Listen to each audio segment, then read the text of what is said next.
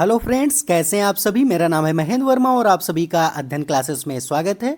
तो आज ईवीएस का प्रैक्टिस सेट 3 में आप लोगों के साथ डिस्कस करने वाला हूं। इससे पहले 2 प्रैक्टिस सेट ऑलरेडी मैंने डिस्कस करा दिए हैं। अगर आप चैनल पर नए हैं, उन वीडियोस को आपने नहीं देखा है तो मेरे चैनल पर प्लेलिस्ट बनी हुई है, आप वहां से देख सकते हैं। और मैं आप लोगों को बता दूं कि अभी मैं जो ईवीएस की आपकी प्रिपरेशन करा रहा हूं वो लेवल 1 की प्रिपरेशन करा रहा हूं। जल्दी ही आपकी लेवल 2 की जो साइंस की क्लासेस हैं वो भी मैं अपने इस चैनल पर स्टार्ट करने वाला हूं। तो अगर आप चैनल पर नए हैं तो ज़रूर सब्सक्राइब कर लीजिए, क्योंकि मैं आपकी सीटेट की कंप्लीट प्रिपरेशन कराने वाला हूं। और यहाँ पर जो भी मैं ईवीएस की प्रिपरेशन करा रहा हूं या फिर अन्य सब्जेक्ट की जो भी मैं प्रिपरेशन कराता हूं उसमें प्रैक्टिस के साथ साथ में आपकी थ्योरी भी होती है। तो ये काफ़ी इम्पॉर्टेंट ये सारी प्रैक्टिस सेट होने वाले हैं, सारे वीडियोज़ हैं। चलिए स्टार्ट करते हैं। पहला क्वेश्चन, तो पहला क्वेश्चन है कि जब पर्यावरण अध्ययन के शिक्षक अपने बच्चों को चिड़ियाघर लेकर जाते हैं तो वह किस उद्देश्य की पूर्ति करना चाहते हैं। जैसे अगर आप ईवीएस के टीचर हैं और आप बच्चों को चिड़ियाघर लेकर के जाते हैं, उनको टहलाने के लिए लेकर के जाते हैं, तो आपका जो है वहाँ पर क्या उद्देश्य होना चाहिए। ए ऑप्शन है कि बच्चों को जानवरों के संरक्षण के प्रति संवेदनशील बनाना। बी ऑप्शन है कि बच्चों को मज़ेदार तरीके से सीखने का मौका देना। सी ऑप्शन है वास्तविक जीवन की परिस्थितियों और कक्षा विद्यार्जन के बीच परस्पर संबंध स्थापित करना, या फिर बच्चों में पशुओं को पालने और कौशल को विकसित करना। देखो यहाँ पर क्या है कि वास्तविक जीवन की परिस्थितियों और कक्षा विद्यार्जन के बीच परस्पर संबंध स्थापित करना, यही ऑप्शन क्या होगा आपका करेक्ट होगा।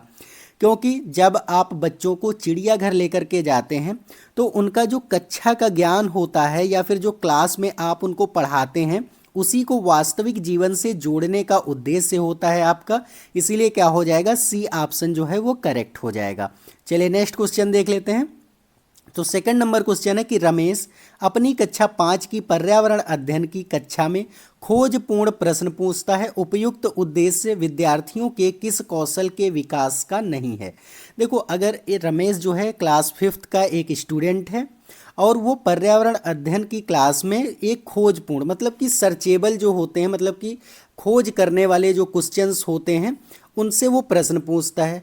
तो यहाँ पर कह रहा है कि उपयुक्त जो उद्देश्य है वो विद्यार्थियों के किस कौशल के विकास का यहाँ पर नहीं होगा। प्रदर्शन कौशल का नहीं होगा, अवलोकन कौशल का नहीं होगा, रचनात्मक कौशल का नहीं होगा, या फिर श्रवण कौशल का यहाँ पर नहीं होगा। चलिए बताइए इसका कौन सा ऑप्शन जो है वो करेक्ट हो जाएगा। तो देखो यहाँ पर उसका प्रदर्शन कौशल का नहीं होगा, क्योंकि वो जब खोजपूर्ण प्रश्न पूछता है तो क्लास में टीचर जो है वो उसको प्रदर्शित नहीं कर सकता है कि तुरंत वो चीज़ दिखा दे। जैसे अगर वो सपोज़ कि वो किसी और सिटी में, जैसे दिल्ली में है, दिल्ली की अगर वहाँ सिटी में वो क्वेश्चन अपने टीचर से पूछ रहा है राजस्थान के बारे में, तो क्या राजस्थान तुरंत वो जा सकता है? तो ऐसा तो नहीं होगा। तो इसलिए क्या हो सकता है, वहाँ पर प्रदर्शन जो कौशल होगा वो यहाँ पर उसका विकास नहीं कर रहे हैं, इसलिए क्या हो जाएगा, ए ऑप्शन जो है वो करेक्ट हो जाएगा। तो नेक्स्ट क्वेश्चन है कि पर्यावरण अध्ययन में निम्नलिखित में से कौन से समस्या समाधान के गुण हैं। तो अगर आप बच्चों को ईवीएस यहाँ पर पढ़ा रहे हैं तो उनमें से कौन से समस्या समाधान के गुण होते हैं, कि बच्चों को कौन कौन सी अगर समस्याएं उनको टैकल मतलब कि आती हैं तो वो कैसे टैकल कर सकते हैं, उनमें कौन कौन से गुण विकसित होते हैं। तो ए है सृजन, दूसरा है चयन, सी ऑप्शन है भाषण और डी है लेखन। तो देखो पर्यावरण अध्ययन जब बच्चे पढ़ते हैं तो उसमें जो सृजन के होते हैं, मतलब कि वो सृजनात्मक हो जाते हैं बच्चे, तो वहाँ पर कोई भी चीज़ अगर आती है तो वो वहाँ पर क्या कर सकते हैं, उसमें वो कंस्ट्रक्ट कर सकते हैं। तो ये क्या हो जाता है, इनमें जो है समस्या समाधान का गुण कौन सा हो जाता है, सृजनात्मक हो जाते हैं बच्चे, और चयन भी हो जाते हैं, मतलब सिलेक्शन करना जान जाते हैं। तो ए और बी तो यहाँ पर करेक्ट है। भाषण, तो देखो कोई ईवीएस जो यहाँ पर आपका सब्जेक्ट है वो कोई लैंग्वेज बेस्ड तो होता नहीं है, कि जैसे हिंदी अगर आप पढ़ा रहे होंगे तो उसमें भाषण देना बच्चा जो है, या फिर कह सकते हैं उसमें लेखन, तो ये गुण जो है भाषा वाले जो सब्जेक्ट होते हैं उसमें विकसित होते हैं। तो सी और डी जो है इसमें समस्या समाधान के गुण जो है ये दोनों नहीं विकसित होंगे, इसलिए ए और बी करेक्ट है। कौन सा ऑप्शन करेक्ट हो जाएगा? फर्स्ट ऑप्शन ही यहाँ पर करेक्ट हो जाएगा कि इसमें ए और बी जो है ऑप्शन करेक्ट हो जाएंगे। चलिए नेक्स्ट क्वेश्चन देख लेते हैं। तो नेक्स्ट क्वेश्चन है कि एक ईवीएस शिक्षक के द्वारा प्रयुक्त होने वाली भाषा, ए ऑप्शन है कि औपचारिक एवं परिभाषाओं पर बल देने वाली होनी चाहिए, बी ऑप्शन है कि बच्चों के लिए कठिन होनी चाहिए ताकि वह समझ ना पाए, या फिर बच्चों के दैनिक या फिर रोजमर्रा की भाषा से संबंधित होनी चाहिए, या फिर प्राविधिक प्रकृति की होनी चाहिए। चलिए बताइए, अगर आप एक ईवीएस के टीचर हैं तो आपकी जो भाषा होगी वहाँ पर जब आप क्लास में बच्चों को पढ़ाएंगे तो आपकी भाषा कैसी होनी चाहिए? तो आपकी जो भाषा होनी चाहिए वो बच्चों के दैनिक, क्योंकि बच्चे जब आते हैं विद्यालय तो वो अपनी मातृभाषा में सारी चीज़ें सीख करके आते हैं। सारी चीज़ें, जैसे अगर वो चिड़िया को भी देखेंगे तो अपनी मातृभाषा में वो जानते हैं कि चिड़िया को क्या कहा जाता है, या फिर जो भी टाइप की वो बर्ड होगी उसको क्या बोला जाता है, फाख्ता को क्या बोलते हैं वहाँ पर। तो वो क्या होंगे वहाँ पर दैनिक और रोज़मर्रा की चीज़ों से अगर आप संबंधित करके उनको रिलेट करके अगर पढ़ाएंगे तो बच्चे आसानी से वहाँ पर अधिगम कर पाएंगे, सारी चीज़ें जान पाएंगे। इसलिए क्या हो जाएगा? सी ऑप्शन ही फोर्थ क्वेश्चन का करेक्ट हो जाएगा। चलिए नेक्स्ट क्वेश्चन देख लेते हैं। तो 5 नंबर क्वेश्चन है कि आकर्षक एवं प्रासंगिक अनुदेशात्मक सामग्री का उपयोग सहायक है क्योंकि वह सभी ज्ञानेंद्रियों को सक्रिय करते हैं, बी ऑप्शन है कि अधिगम को अधिक अर्थपूर्ण बनाते हैं, सी ऑप्शन है कि शिक्षकों को शिक्षण अधिगम प्रक्रिया में सहायता करते हैं, या फिर विद्यार्थियों का ध्यान आकर्षित करते हैं।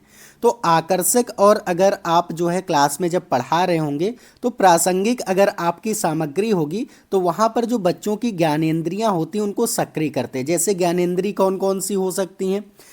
आँखें हो सकती हैं, कान हैं, तो उनको क्या करते हैं जब सक्रिय करते हैं तो वो सक्रिय रूप से बच्चे जो है आपकी क्लास में अधिगम कर पाते हैं, वो अच्छे तरीके से वहाँ पर सीख पाते हैं।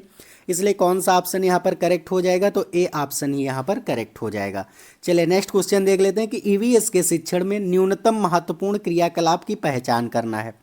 कि अगर आप ईवीएस के शिक्षक हैं और आप ईवीएस का शिक्षण कर रहे हैं तो वहाँ पर सबसे कम महत्वपूर्ण क्रियाकलाप मतलब कि एक्टिविटी क्या रहेगी? तो ए ऑप्शन है कि विद्यार्थियों से परिचर्चा, बी ऑप्शन है कि कार्यपत्रों पर चित्रों और रूपरेखा को बनाना, सी ऑप्शन है कि अवज्ञाकारी विद्यार्थियों को सजा देना, या फिर डी ऑप्शन होगा कि विद्यार्थियों को बाहर प्रकृति की सैर पर ले जाना, मतलब बाहरी प्रकृति की सैर पर ले जाना। तो देखो सबसे कम जो यहाँ पर महत्वपूर्ण होगा वो अवज्ञा करी। जैसे कि अगर आपकी बात वो बच्चा नहीं मानता तो क्या आप उसको पनिश कर देंगे, पनिशमेंट देंगे? तो ऐसा तो नहीं करना है, क्योंकि एनसीएफ भी और आपकी जो एनईपी 2020 है वो भी यहाँ पर आपको बच्चे को पनिश करने के लिए यहाँ पर फेवर में नहीं है। इसलिए क्या हो जाएगा? सबसे कम जो है यहाँ पर इम्पॉर्टेंट आपकी जो एक्टिविटी होगी वो सी ऑप्शन में ही है। इसलिए सी ऑप्शन जो है 6 क्वेश्चन का करेक्ट हो जाएगा। चलिए नेक्स्ट क्वेश्चन देख लेते हैं। ये निम्नलिखित में से पर्यावरण अध्ययन पुस्तक में पहेलियां को सम्मिलित करने का उद्देश्य को पहचानना है। कि आपने देखा होगा कि जो ईवीएस की बुक्स होती हैं उसमें बहुत सारी पहेलियां होती हैं, तो उनका सम्मिलित करने का मतलब कि उसको बुक में या चैप्टर में लाने का क्या उद्देश्य होता है? तो ए ऑप्शन है कि विद्यार्थियों के मन को भ्रमित करना, बी ऑप्शन है कि विद्यार्थियों में तर्क क्षमता विकसित करना, सी ऑप्शन विद्यार्थियों के मन को भ्रमित करना और स्वयं आनंदित होना, या फिर डी ऑप्शन होगा कि विद्यार्थियों को खेल खिलाना। तो देखो उसमें जब या चैप्टर की बात करें या बुक की बात करें उसमें जो पहेलियां होती हैं उसमें विद्यार्थियों में तर्क क्षमता का विकास करना ये उद्देश्य होता है। इसलिए क्या हो जाएगा? बी ऑप्शन ही यहाँ पर करेक्ट हो जाएगा। चलिए 8 नंबर क्वेश्चन देख लेते हैं कि पर्यावरण अध्ययन के शिक्षण अधिगम में विद्यार्थियों द्वारा प्रश्न पूछना अत्यधिक महत्वपूर्ण है क्योंकि यह प्रश्न संकेतक किसके होते हैं? विद्यार्थियों की जिज्ञासा के, विद्यार्थियों के समझ के अंतर के होते हैं, या फिर शिक्षक की क्षमता के होते हैं। तो देखो यहाँ पर जब आप विद्यार्थियों से प्रश्न पूछेंगे तो वो अत्यधिक महत्वपूर्ण इसलिए होंगे क्योंकि विद्यार्थियों में जिज्ञासा एक तो बढ़ेगी, बिल्कुल सही है, और विद्यार्थियों के समझ के अंतर को भी आप जान पाएंगे कि आप में जो है कौन सा बालक ज़्यादा अच्छे तरीके से समझ पा रहा है, जल्दी से समझ जा रहा है, और कौन जो विद्यार्थी है थोड़ा देर से समझता है। तो उसके लिए आप जो है अलग शिक्षण विधि ला करके और आप जो है उसको पढ़ाएंगे। तो क्या होगा यहाँ पर? फर्स्ट और सेकंड करेक्ट है, इसलिए ए ऑप्शन ही यहाँ पर करेक्ट हो जाएगा। चलिए नेक्स्ट क्वेश्चन है कि गलत कथन का आपको चयन करना है। आपको ये बताना है कि ये जो A B C D 4 option है इसमें गलत कौन सा है। चलिए बताइए यहाँ पर। तो ए ऑप्शन है कि ईवीएस एक अंतः विषयक विषय है। बी ऑप्शन है कि ईवीएस पढ़ना पढ़ाना स्थानीय संसाधनों के माध्यम से होना चाहिए। सी ऑप्शन है कि ईवीएस मुख्यतः जैव विविधता के अध्ययन से जुड़ी है, या फिर कक्षा 1 और 2 में ईवीएस शिक्षण भाषा और गणित के माध्यम से होना चाहिए। तो देखो डी ऑप्शन तो बिल्कुल करेक्ट है, इसलिए क्या होगा, गलत होगा, क्योंकि यहाँ पर क्या गलत पूछा था, तो जो ऑप्शन आपका गलत होगा वही करेक्ट होगा। फिर सी देख लेते हैं कि ईवीएस मुख्यतः जैव विविधता के अध्ययन से जुड़ी, तो ऐसा नहीं है, बायोडाइवर्सिटी से जुड़ी है, लेकिन पूर्णतः कह दो जुड़ी है या मुख्यतः जुड़ी है, तो ऐसा नहीं है, इसलिए क्या हो जाएगा, सी ऑप्शन ही आपका गलत है। तो सी ऑप्शन ही क्या होगा यहाँ पर करेक्ट हो जाएगा। चलिए नेक्स्ट क्वेश्चन देख लेते हैं। 10 नंबर क्वेश्चन है कि एक पर्यावरण अध्ययन शिक्षक होने के नाते आप अपनी कक्षा के औसत छात्रों के लिए क्या करेंगे। ए ऑप्शन है कि उन्हें कई बार अवधारणा लिखने के लिए देना। बी ऑप्शन है कि उन्हें पहली पंक्ति में बैठाकर लगातार मार्गदर्शन करना।